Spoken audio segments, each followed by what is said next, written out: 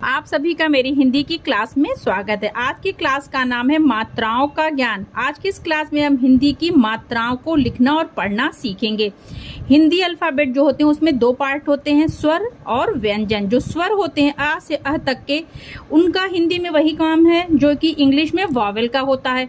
तो जब हम हिंदी लिखना और पढ़ना सीखते हैं तो ये जो वॉवेल होते हैं या जो ये स्वर होते हैं, जब ये जो व्यंजन है क ख ग घ, उनके साथ अगर हमें उन्हें जोड़ना होता है तो हम उनको ना लिख करके उसकी जगह पे सभी स्वर के एक निशान को लगाते हैं या चिन्ह को लगाते हैं, जिसको हम कहते हैं मात्रा। जैसे कि इंग्लिश में वॉवेल होता है ना, पी के साथ एक PAN किया तो पैन हो गया, PEN किया तो पेन हो गया, और PIN किया तो पिन हो गया। सेम वही काम इन जो है स्वरों का है। तो हम वो नहीं लिखते हैं और सभी स्वर की जगह कुछ निशान को लगा दिया जाता है, जो कि आपको समझना है किस किस स्वर का किस तरह से चिन्ह है, जो कि होती है मात्रा।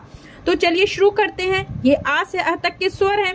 पहला स्वर है अ, जिसकी कोई मात्रा नहीं होती है। जब इसको हम पढ़ेंगे तो आप कोई भी आप व्यंजन जब आप बोलेंगे या पढ़ेंगे तो आप समझ में आएगा कि आप उसमें जो है अ की आवाज मिली होती है। जैसे आप बोल के देखिए, किसी भी व्यंजन को या किसी भी वर्ड को हम बिना आ के यूज के नहीं बोल सकते। जैसे क, ख, ग, घ, तो समझ में आ रहा होगा कि आ की आवाज आ रही है। तो इस तरह से इसकी कोई मात्रा नहीं है, और जो भी कोई बिना मात्रा वाला शब्द है उसमें ये इसकी आवाज जुड़ी है, ठीक है ना।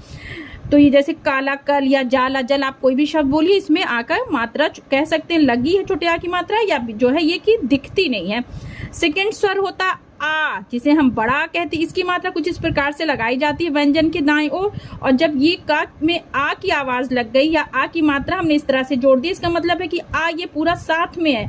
अब ये जो क के साथ इस आ की आवाज जुड़ गई है, तो इसे क्या बोलेंगे? का, खींच के लंबा बोलेंगे, ठीक है। तो इस तरह से जब का में आवाज लग गई तो अब इससे शब्द देखिए क्या जैसे बन रहा, का और ला, काला, बड़ा सा खींच के व्यंजन को बोलेंगे। खा में लगा तो खा, गा में अगर इसकी आ की मात्रा लग गई तो गा। तो इस तरह से सभी व्यंजनों में आपको एक बार लिख करके और बोल के प्रैक्टिस करनी है, किसी भी मात्रा को अगर आप लिखना सीखते हैं। सेकंड है ई, जिसे हम छोटी ई कहते हैं। इसकी मात्रा अक्षर से पहले कुछ इस प्रकार से लगाई जाती है, एक सीधी लाइन खींच के जिस भी व्यंजन में आपको मात्रा लगाना उसके साथ हम इस तरह से जोड़ देंगे। यहाँ पर देख लीजिए, तो का के साथ अब ई लिखा तो मतलब का में ई की आवाज जुड़ गई, तो इसे क्या बोलेंगे? की। ई है, इसे हम छोटी ई भी कहते हैं। इसका छोटी का मतलब कि जो ई की आवाज होगी वो छोटी सी लगेगी, खींच के नहीं बोलेंगे। दो ई होता है ना, ई, ये छोटी और ये बड़ी। छोटी की मात्रा लगी तो इसका मतलब है जो ई का साउंड है वो छोटा होगा, और बड़ी की मात्रा लगने पे जो है ई की जो आवाज होगी वो बड़ी होगी। तो जैसे यहाँ पे हमने छोटी की मात्रा लगाया तो की, और जब बड़ी की मात्रा लगाया तो की। लिखने में अंतर देखिए, छोटी की मात्रा पहले लगती है और बड़ी की मात्रा अक्षर के बाद कुछ इस प्रकार से लगती है। तो छोटी की मात्रा लगने पे देखिए, जैसे का में लगा तो की हुआ, दा में लगा तो दी, और ला मिला के शब्द क्या बना? दिल, गी ना गिन। उसी प्रकार से बड़ी की मात्रा जब लगी तो की, खींच के बोला तो उससे जो शब्द में लगेगा, जैसे कील, खा में लग गया तो खीर। इसी प्रकार ता में लगा तो ती, खींच के बोला, और रा, तीर। ग और ला में यहाँ पे लगा ली, खींच के बोलेंगे गली।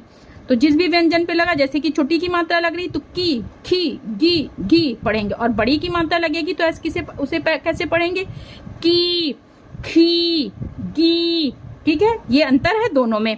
उसके बाद आता है ऊ। इसकी मात्रा अक्षर के नीचे कुछ इस प्रकार से लगाई जाती है, इस तरह से इसे राउंड करके लेफ्ट साइड में हम खींच देते हैं, ठीक है। तो ये हो गया, जैसे का में ऊ की मात्रा लगी, अब का में ऊ की आवाज जुड़ गई है, ठीक है।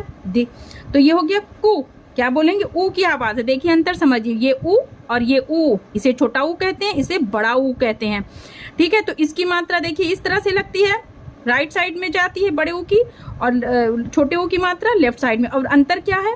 जब छोटे ऊ की मात्रा लगी तो ऊ का जो साउंड हुआ वो छोटा हुआ, और जब बड़े ऊ की मात्रा लगी तो ऊ की जो साउंड होगी वो खींच के बड़ा बोलेंगे, कु, कु। अंतर समझिए, कु, कु। खा में लगा तो खू, और बड़ा ऊ की मात्रा लगी तो खू, खींच के बड़ा बोलेंगे, ठीक है ना।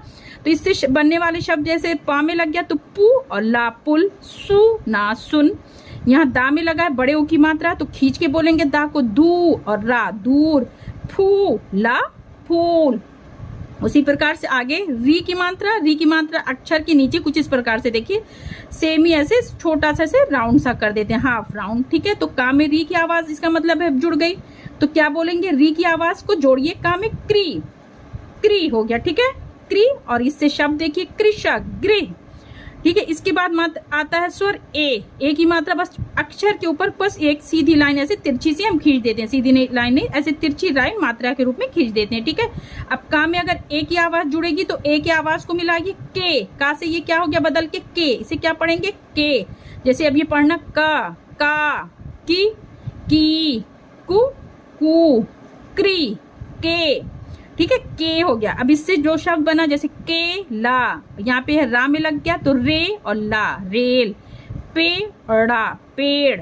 तो वो आवाज मात्रा जब भी आप समझिए तो स्वर की जो आवाज है उसको बहुत ध्यान से समझिए और वही आवाज को आपको जोड़ना है।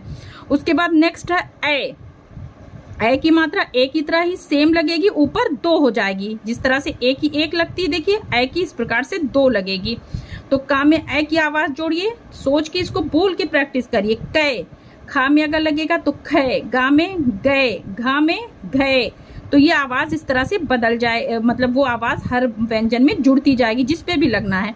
इससे बनने वाले शब्द जैसे पे और रा, पैर, बै, ला, बैल। नीचे देखिए ओ की मात्रा है ओ, तो व्यंजन के आगे आ की जैसे लाइन खींचती है ना उस तरह से लाइन खींचेंगे, ऊपर एक मात्रा लगा देंगे। अब का में ओ जुड़ा है, मतलब कि ओ की आवाज जो है मिलाइए इसमें, तो क्या पढ़ेंगे अब का को हो गया। का के साथ ओ को मिला के कैसे पढ़ेंगे, को। ठीक है, गा में लगा तो गो, घा में घो, माँ में यहाँ पे लगाया तो मो और रा, मोर। गा में ओ है तो गोला, गोल। नेक्स्ट है ओ की मात्रा ए की मात्रा जैसे ओ की मात्रा जैसे हमने लगाया अक्षर ऊपर एक, आ की मात्रा लाइन खींच के सीधी, उसी प्रकार से ओ की मात्रा में ऊपर दो लाइन खींचेंगे, सीधी लाइन खींचा उस ऊपर दो इस तरह की मात्राएं लगाई। अब का में ओ की आवाज जोड़ के देखिए कौ, खा में खो, गा में गौ। इसी प्रकार से आप इसको समझिए, ध्यान से समझेंगे जब इस बात को तो बहुत आसानी से समझ जाएंगे। एक खास बात यह है हिंदी में कि जो चीज जहाँ पे जिस मात्रा के साथ जो साउंड है हमेशा हर शब्द में वैसे ही पढ़ना है आपको। कहीं पे भी अगर आपने एक बार मात्रा सीख ली तो कोई भी कंफ्यूजन नहीं होगा। जैसे इंग्लिश में थोड़ा सा कंफ्यूजन हो जाता है, जो नया नया सीखे रहते हैं उनको थोड़ा दिक्कत आती है कि क्यों ऐसे निकल रहा है, यहाँ पे तो सा की आवाज सा है, यहाँ पे चा हो जा रही है, सी की आवाज सॉरी, तो इस तरह से। लेकिन हिंदी में जब आपने एक बार मात्रा सीख लिया तो बस सीख लिया, उसमें कहीं पे कोई भी परिवर्तन नहीं होना है। तो ये क्या हो गया, का में ओ की आवाज जुड़ी कौ, और ये शब्द देखिए बना कौन, गा में लगा तो गौ, रा गौर, घा में लगा घौ, सेम। नेक्स्ट दो है देखिए अंक और आह, इनकी कोई इस प्रकार से मात्रा नहीं होती, इनकी जो मात्रा होती है बिंदु के रूप में लगाई जाती है। ठीक है, अंक की एक बिंदु होती है और अ की आगे दो बिंदु होती है। जब अंक की मात्रा लगेगी तो ऊपर एक बिंदु इस प्रकार से लगा देंगे, और जब अ की मात्रा लगेगी तो ऊपर आगे दो बिंदु इस प्रकार से लगाएंगे। और इसकी आवाज देखिए हल्का सा का में जब ये अंक की बिंदी लगती अंग, तो ये जो ना का हल्का सा साउंड आ रहा है वही जुड़ेगा। जैसे का में लग गया कन, खा में खन, गा में गन, ना का हल्का सा नाक से आवाज आएगी। जैसे शब्द देखिए तो समझ में आएगा डंक, दंग, ये जो बीच में हल्का सा ना टच हो रहा है तालु पे, तो यही इसकी बिंदु लगने पे होती है उस तरह के शब्दों में। पंख, ठीक है। अहम की देखिए आह की कैसे होगी, का में आह की मात्रा लगी तो कह, खा में खह, गा में गह, हा का थोड़ा सा साउंड, का में ना का थोड़ा साउंड, और अह में हा का थोड़ा सा साउंड, आधे हा का समझ लीजिए। तो जैसे इससे शब्द बना अतः, नमः, ता पे बिंदु लग गया तो ता हो गया, और आ के साथ जुड़ा अतः है। माँ में बिंदु इस प्रकार से लग गया तो माह, और ना के साथ जोड़ के बोले तो नमः। आई होप कि आपको वीडियो अच्छी लगी हो, और एक एक मात्रा को डिटेल में देखने के लिए मेरे इस चैनल पे विजिट करिए और ध्यान से एक एक मात्रा को अलग अलग क्लास में सीखिए, ताकि आपको हिंदी बहुत अच्छे से बहुत ही कम समय में पढ़ना और लिखना दोनों आ जाए। अगर वीडियो अच्छी लगी हो तो वीडियो को लाइक और चैनल को सब्सक्राइब करिए। बाय।